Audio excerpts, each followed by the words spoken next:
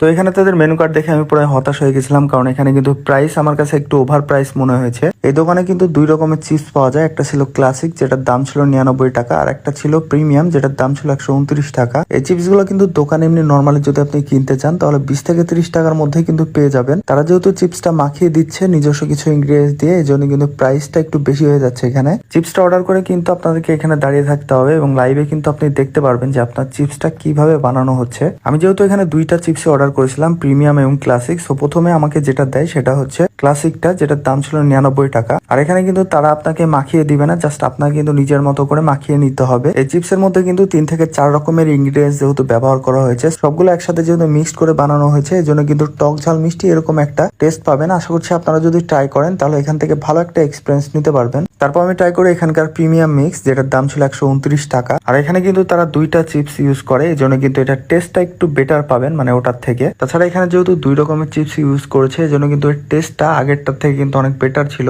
আপনাদের কাছে যদি প্রাইসটা বড় ফ্যাক্ট না হয়, যেহেতু এটা নতুন একটা খাবার চিপস মাখানো, সো আপনারা চাইলে এটা ট্রাই করে দেখতে পারেন। এই দোকানটার এক্সাক্ট লোকেশনটা হচ্ছে রাজশাহী মহিলা কলেজ রোড, বাজারের দিকে যে রাস্তাটা গিয়েছে তারা রেস্টুরেন্টের সাথেই কিন্তু এই দোকানটা। আজকের এই ভিডিওটি এ পর্যন্তই, দেখা হবে নেক্সট কোনো ভিডিওতে। তখন সবাই ভালো থাকবেন, সুস্থ থাকবেন, ধন্যবাদ সবাইকে।